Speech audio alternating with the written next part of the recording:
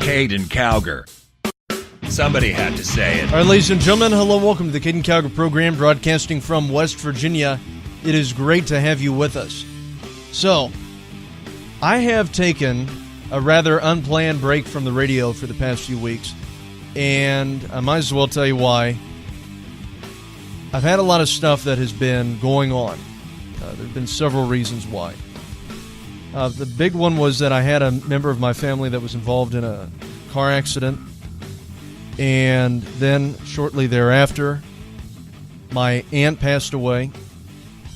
And in addition to all the college work that I had, I also began to receive work that piled up with regards to the creative business that I'm in. And then in addition to that, I had college work to focus on. And then shortly thereafter, as I was taking my family member to physical therapy, I ended up getting a text message from our station affiliate over in Myrtle Beach that they were dropping us. So as you can imagine, all of these things piled on top of one another really just completely caused me to rethink everything. It caused me to rethink radio. It caused me to rethink, where do I want to go with this? And I didn't know what to do. Honestly, I didn't know what to do. I didn't know whether to continue doing this, whether to quit, whether to do what. I didn't know. And over the past few weeks, I've really been trying to find direction as to what to do and, quite frankly, what I'm doing wrong. And that's a big part of it. What have I been doing wrong? And I couldn't really, for a while, put my finger on what exactly I could be doing differently. I mean, I've been producing a show for 8 years, and while we were having growth with regards to listenership and whatnot, and we've been doing great listener-wise, I mean, we have thousands of people that listen to this program, with regards to marketing and everything, and getting on additional stations and creating something that stations want, for-profit stations want, and then in addition to that, getting an increased monetary revenue on our end. I mean, it's something that I really had to sit down and think about, and I had to take time away from the microphone in order to do that. I had to get my thoughts together, get the show together, and figure out what to do next. And that's what I've done. And I'll tell you this, that Rush Limbaugh, Sean Hannity, and all these guys, Rush Limbaugh is the one that designed this, but he designed really the format for operating a radio show like this. It's a format that makes a show, how do I put it, appealing to stations so that they want this show for not content reasons, but mainly for advertising reasons, mainly for monetary reasons. Because let's face it, you can have a great show, but if it's not abiding by a formula that generates a lot of revenue for a station, most stations are not going to want you. And that's something that I have really examined, because I'm going to tell you, one of the things as I was looking over what am I doing wrong, if I'm doing anything wrong at all, one of the things I realized is that while I had the talent down, coming behind the microphone, presenting a great show, not running out of things to talk about, and creating a compelling show, a really great show, I still didn't understand the business of radio. I didn't have that part down. And that's a very important factor in radio, especially when you're doing everything. When I'm selling ads, when I am being essentially the agent for my show, in addition to producing it and in addition to, hosting it, I had to learn the business of radio. And it's something that I couldn't fully figure out until I really started examining it. And quite frankly, I was operating the show as more of a hobby than I was as a business. And many of you probably know about this, but because I think I brought it up before, but I also on the side have operated a creative advertising business where I essentially produce television and radio ads for different companies and for different politicians and brands and whatnot. And I've been doing that for a little while, but just starting to turn that into a business. But anyway, as I was doing this and doing these different jobs, getting my creative agency established, I began to realize, hey, this is what I should have been doing with radio all along. And the mentality that I had when I was younger, it was more of a naive one with regards to radio and broadcasting and whatnot, because what I was doing was that it's like, okay, well, I just want to get on any station that I can. I want to do my best to get on a radio station. And, it doesn't really matter which station it is. You get name recognition, you get all that. And then eventually, I'll be able to work my way to another station, then I can start making more revenue and da-da-da-da-da-da. So I was really just not caring if it was for-profit or non-profit as long as my show was on it. And the problem with that is that stinks. While we still have, of course, a few non-profit affiliates, and we're going to keep them because we love them, and, they've been with me for all these years. Of course, I'm going to be with them. Still, it's something that I had to examine and figure out, how can I do things differently? What can I do differently in order to make this show work for me and for stations? And when I began to examine that and look at different changes that I could be making to the format of this show, it began to all make sense, and I realized what to do. And essentially what I'm doing is that I'm going to start copying the format that all of the professionals use, which is what I should have done all along. And it's going to be an offer that's, quite frankly, going to be one that stations can't refuse. It's going to really boost their revenue. It's going to really boost, and these are for-profit stations. It's going to boost their revenue. It's going to give them more advertising inventory. And in addition to all that, it's going to be a great show. It really is. And I think that in the long run, it's going to benefit me. It's going to benefit our station affiliates, and it's going to be a successful format. I'm confident in that. I think that, all the complications have really been sorted out regarding all this. And I know that I might be boring you with some of the details here, but this has really been the deciding factor in the continuation of this show, of where I go next. And it's something that I've really examined, that I've really been struggling with, but I've gotten through. And it's learning the business of radio. And that is one of the most important things. If you ever think about getting into the radio industry, you've got to first really investigate, study the business of radio. Not just getting behind a microphone and, talking about stuff. You've got to learn the business of radio, how it works, what makes your show compelling to stations, how to sell advertising, sponsorships, get those sponsorships, and you can't be afraid of that. You can't be afraid of approaching businesses to advertise with you, and you better have a good reason as to why they should advertise. And those reasons exist. There are reasons to advertise on this show, good reasons, legitimate reasons. And in order to really get advertisers, what do you have to do? You have to list those reasons down, and then you have to present that to them. And, there's a whole wide range of things that I've really learned from the time that I've been off. And, it's really, I think, changing the way that this show operates business-wise. And it's going to ensure that I'm going to be around for a long time. So, guys, sorry for the break. I really apologize for it. From the bottom of my heart, I'm sorry. But it's something that I've had to investigate and get through. And then in addition to all that, we're getting a church set up and whatnot. But, it's just been rough. And, I won't say anything negative about the losing the affiliate over in Myrtle Beach. But, they did a formatting change and whatnot, and, that's their reason, whatever. But at the same time, I'm telling you that this is something that's expected in the radio industry. and it's something that happens all the time in the radio industry, where stations pick you up and they let you go. That happened to Rush Limbaugh over in Boston. It's happened to Rush numerous areas where they do this juggling with stations, and 1 minute he's on this station, and the next minute he's on another station, and that's what happens. I think it's WIBC, something like that he was on.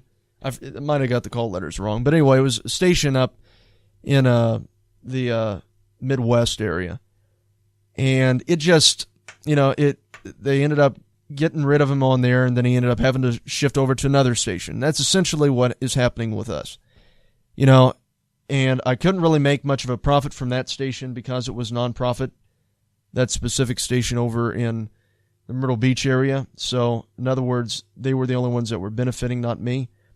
So, it's like, well, thanks for having me. Bye. And that's where I'm at now. So, guys, that's what I mean.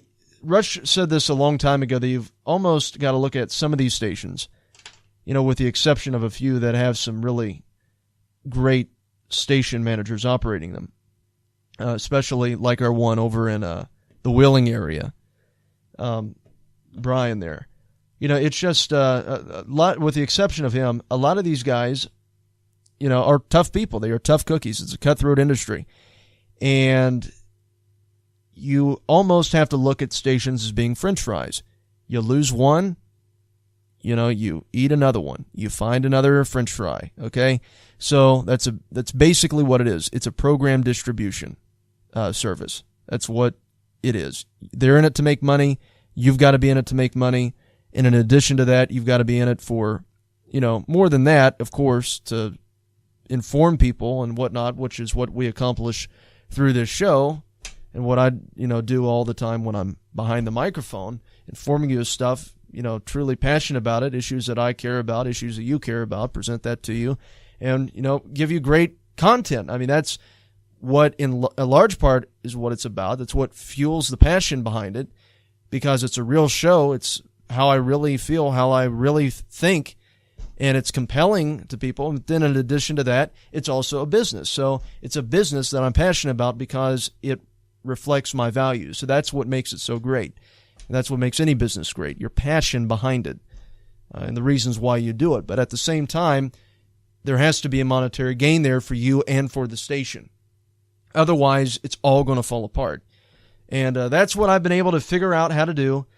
So we're going to be approaching more station managers, going to be launching our podcast, getting that up on iTunes, by the way, and I'll be making that announcement in the next segment. But, that is what I have been really gearing towards and focusing on, is how to make this work, how to make this show work, how to really advance it, take it to new levels, and I think I've figured out how to do it. So, guys, once again, I sincerely apologize for being away from the mic for all this time, but as you can see, I've had a lot of stuff going on. Death of the aunt, car accident, getting kicked off of a station that we helped build up over in Myrtle Beach, and then, bye-bye, we don't need you anymore.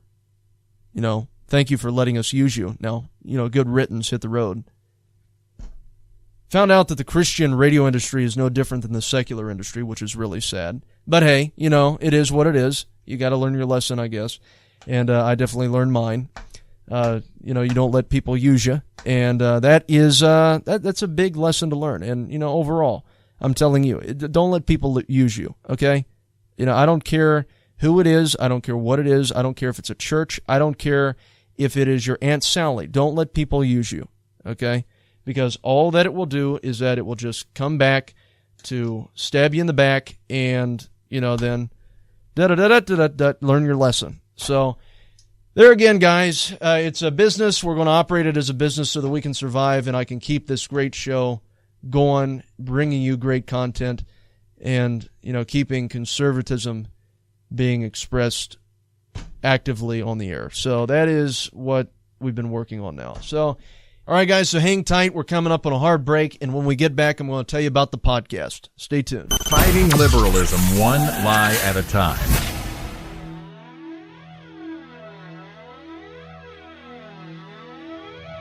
Caden Calgary. Somebody had to say it. All right, time to take off.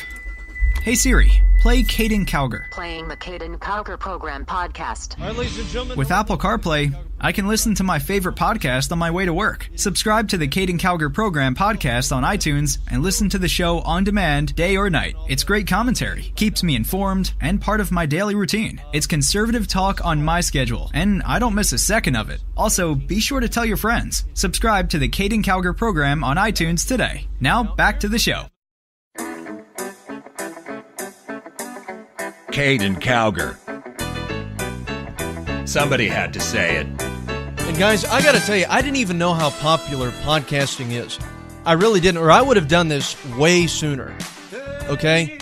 What ended up happening was that I was really just thinking about what direction to go next with the show. And I have been looking at new vehicles, new car, matter of fact, and I was in there, and there was this thing called Apple CarPlay. And it was the coolest thing that I had ever seen, like technology-wise, in a vehicle.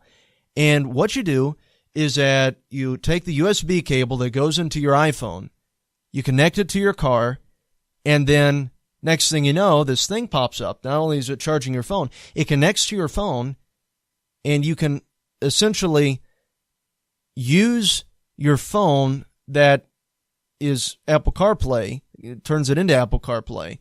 And you can listen to podcasts. You can listen to, quite frankly, anything that you want, your whole iTunes collection. But the big one is podcasts. And people listen to podcasts all the time that have Apple CarPlay.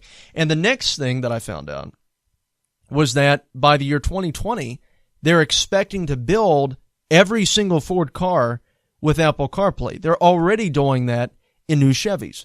So it's like, this is crazy. So this is the thing that people use that have iPhones. And most people have iPhones, I think. I mean, that's the big, brand with regards to cell phones. Apple. And with people getting these iPhones and iOS devices and whatnot and connecting that to their Apple CarPlay, that's the first thing that you do in your car is to charge your phone. And a matter of fact, I do that right now, except I have this little thing that, a matter of fact, plays stuff off my phone that, streams it on the radio because I don't, have Apple CarPlay or anything like that, or even an aux plug-in, actually. It's an old Jeep, older Jeep anyway, but it's nice. It's a nice Jeep. It's in really fancy, elaborate condition. But anyway, if you want to buy it, no, I'm kidding. But here's the thing. With Apple CarPlay, it completely revolutionizes how people receive entertainment in their car, because you want to listen to an on-demand episode of your favorite podcast, which, of course, is this one. And, it's really just absolutely revolutionizing radio and what people perceive as radio. So I want to go ahead and jump in that industry, too, but at the same time, with radio already being established, I want to figure out how to make that work and make that profitable. So I'm really getting involved in two industries here with the same show, so that's really great, and we're going to exceed at both of them, I think. So here's the thing. This is what really changed my perspective on it all, and I want to tell you this. Joe Rogan, he's got a foul mouth. I don't personally like his show. I've listened to a few segments of it. I think it's borderline boring, but, whatever. I don't have anything against the guy. Nevertheless, he has 63,246 ratings on iTunes. And that's just ratings. That has absolutely no indication as to how many people are subscribed to him. So if that many people have rated his podcast, then guess what? There's way more people that are listening to his podcast.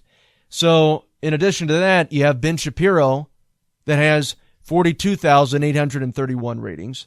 That's crazy. You have Steven Crowder that has 6,999 ratings. So it's right there on the fringe of 7,000. So Ben Shapiro has 42,831. Crowder has 6,999, almost 7,000. So, that's just phenomenal, crazy. So you have that many people that are listening to their podcast, and I'm thinking, why would I not jump in on this? You have Andrew Calavan that has 5,447. It's just like, this is crazy. I have to jump on this. So that's what I decided to do. So we launched the iTunes podcast. You can download it now. I really encourage you to do that. And you can also get that on Google Play. You can get it on iHeartRadio. That's what we've been on the longest. So, yeah, I mean, that's just absolutely phenomenal. So glad to get this up and running. And we've shortened the ad breaks down for the podcast. So that's another thing that is really going to help out, too. So, guys, let's get to the news so I can stop talking about myself, because I really don't like to do that, and I try to stay away from that as much as possible.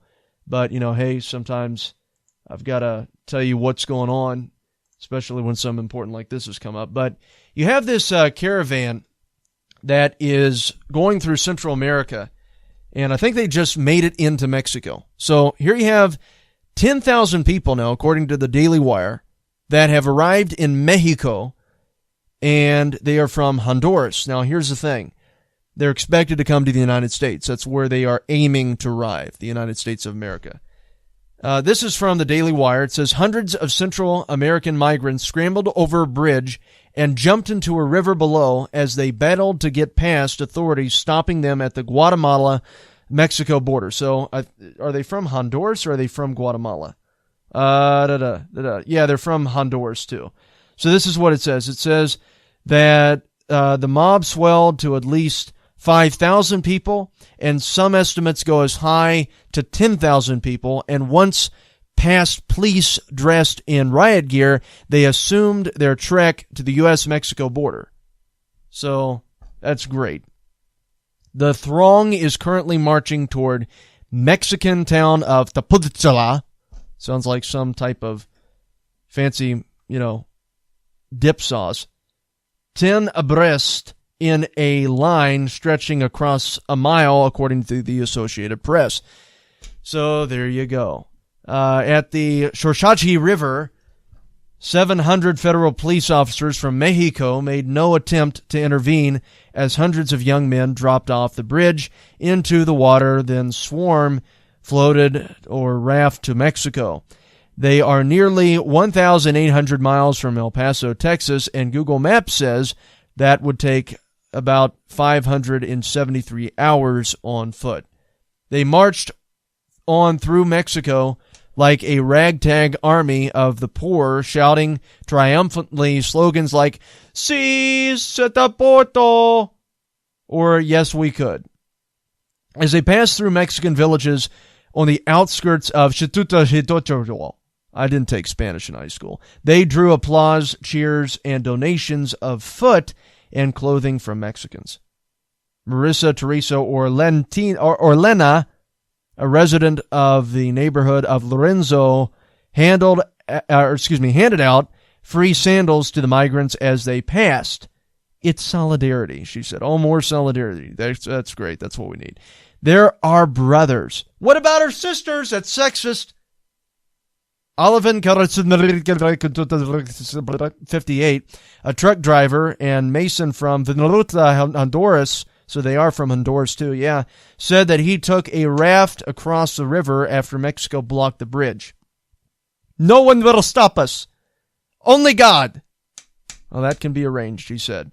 We knocked down the door and we continue walking. He wants to reach the U.S. to, quote-unquote, work. I can do this, he said, pointing to the asphalt under his feet. I've made highways. Oh, great. A day earlier, Mexican authorities halted entry to migrants on the bridge, but did allow women with small children in. By evening, the frustrated mob swept over the bridge fence into Mexico. None were detained when they made it to land. U.S. officials and President Trump warned the marchers that when they started the march earlier this month in Honduras, we are seriously concerned about the caravan of migrants traveling north from Honduras with false promises of entering the United States by those who seek to exploit their counterparts, or compatriots, that is. The U.S. Embassy in Honduras said in a statement. Meanwhile, Trump threatened to cut off aid to Honduras if they allow the march to continue. The United States has strongly informed the president of Honduras that if the large caravan of people heading to the U.S. is not stopped and brought back to Honduras, no more money or aid will be given to Honduras effective immediately, Trump said on Twitter. So he's looking at deploying the military to the Mexican-American border. Some say he's the next Rush Limbaugh. I tell you, this kid's got 90% of Rush's venom with only 10% of the biomass.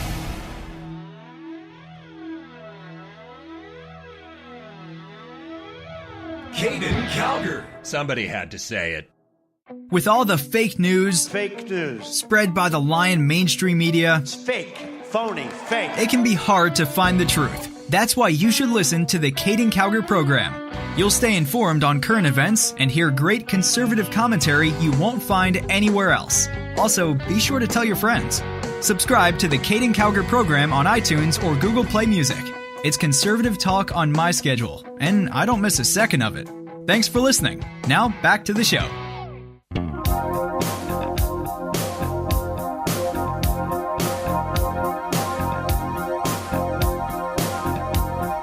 Caden Calgary.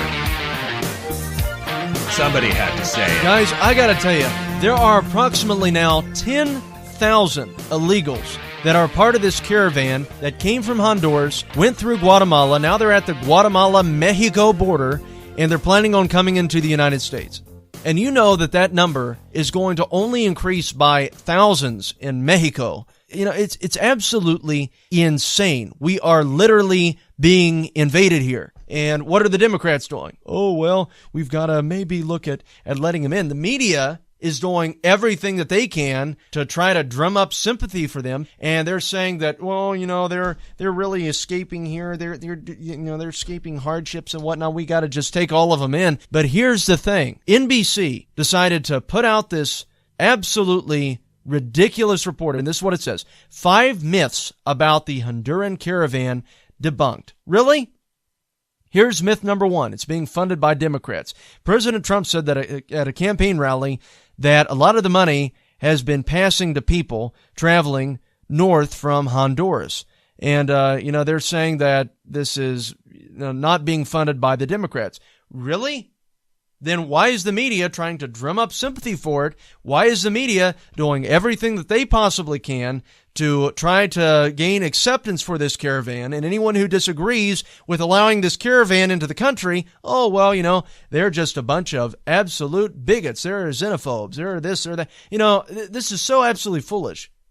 This is what it's coming down to. If you don't want to be invaded, vote Republican. If you want to be invaded, vote for the Democrats, because they're wanting to welcome them all in.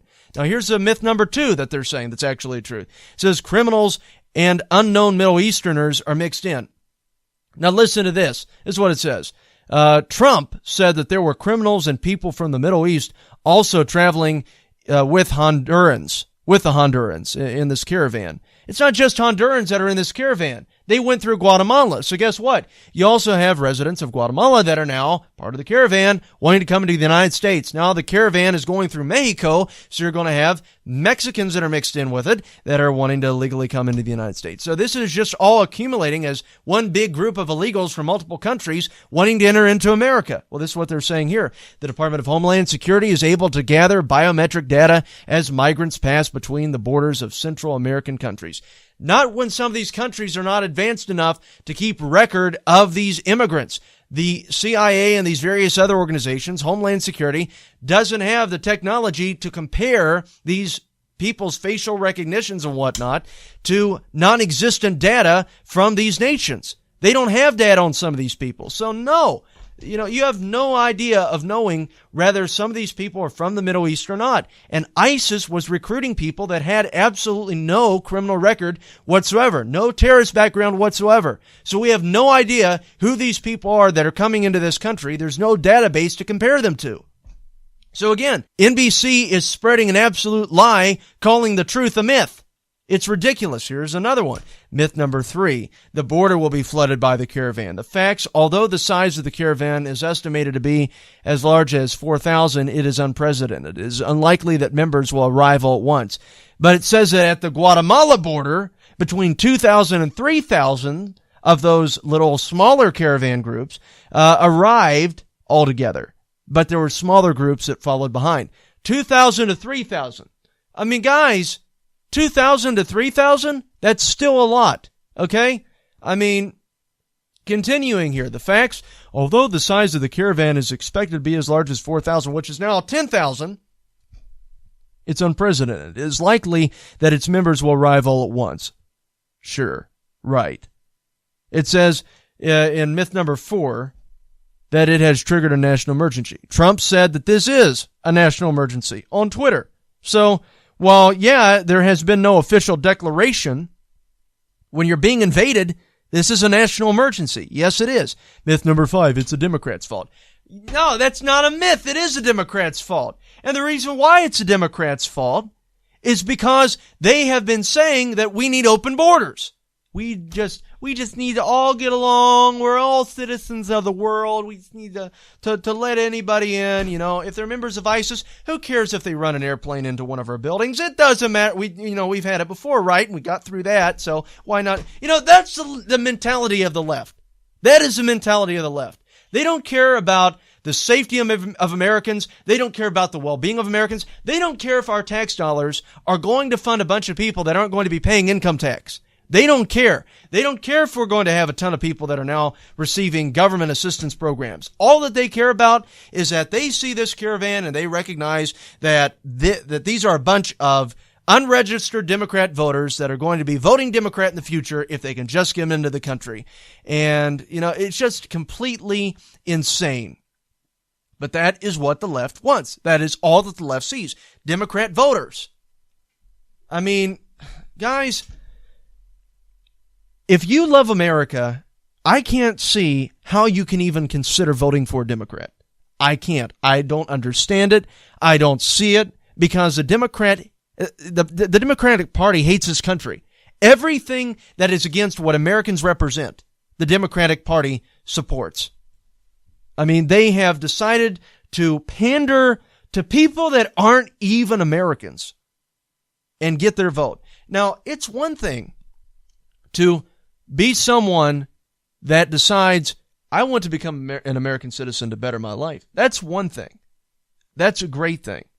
You go through our citizenship process, you become an American citizen, you're just as much of an American as I am. Okay? We have no problem with people like that. The problem that we have are people flooding our borders, coming in illegally, and we have no idea who's coming in.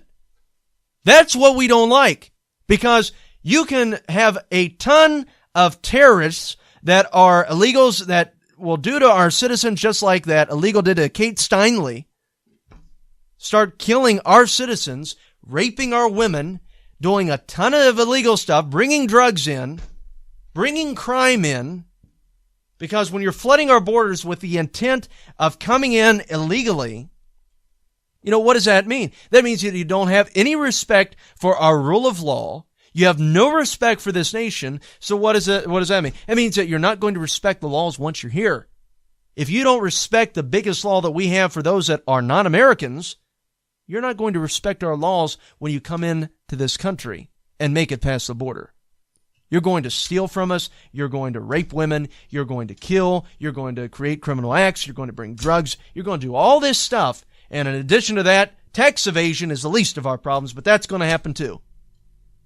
So, I mean, guys, there again, why are some Democrats all right with this? I'll tell you what, they hate America. They hate everything that America represents, and all that they care about is power. That is it. They care about power. And the way that they get power when Americans are, in their minds, and this is their quote, too stupid enough to know who to vote for, they have to pander to illegals, people that are not even American citizens, to get them to come into this country, and then eventually, with the aspiration of getting citizenship, giving amnesty to these people, and then as a result, you have more Democratic voters. That's all that this is about. It's about power to them. And that's really scary. So everything that makes up what it means to be an American, what this country is, the values that our nation holds, the Democratic Party has just tossed all that aside, pandering to illegal immigrants, pandering to perversions, pandering to all of these different detestable acts, and detestable behavior, even if it's illegal behavior, like coming across the border illegally. That's what the Democratic Party has decided to endorse. Why? So that they can retain power. They become the party of mental disorders, the party of absolute delusions. They live their lives in fantasies, and they have sought after the votes of mentally disturbed people. If you don't believe me, look at what they do over in New York when they scream at the sky because Donald Trump is president. These are seriously mentally disturbed individuals that need help. And I'm going to tell you, I've said this in the past, I'm going to say it again. I think that one of the reasons why the Democratic Party has become so crazy is because of deinstitutionalization. When that took place, you have a bunch of crazy people in the streets, and now they've taken over an entire political party that is the Democratic Party. It is insane. The Democrats are insane. They are people that suffer from mental problems. The Young Turks and all of them. Caden Calgar. Keeping America straight.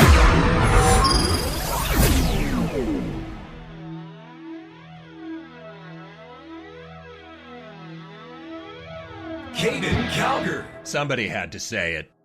Hey guys, thanks so much for listening to today's show. I want to tell you another great way that you can listen to this podcast. You can do that by downloading the iHeartRadio app from the iTunes App Store or Google Play. You can just search my name, Caden Calgar, and then listen to the show. You'll gain access to great conservative content, insightful commentary, and you'll stay up to date on the nation's latest news. So what are you waiting for? Download the iHeartRadio app today. Thanks so much again for listening, and I'll talk to you soon.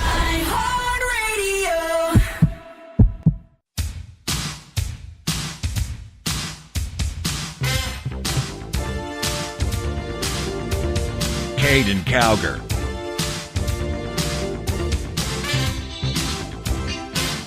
Somebody had to say it. I mean, guys, I'm serious. You really have a lot of the Democrats that suffer from severe mental problems.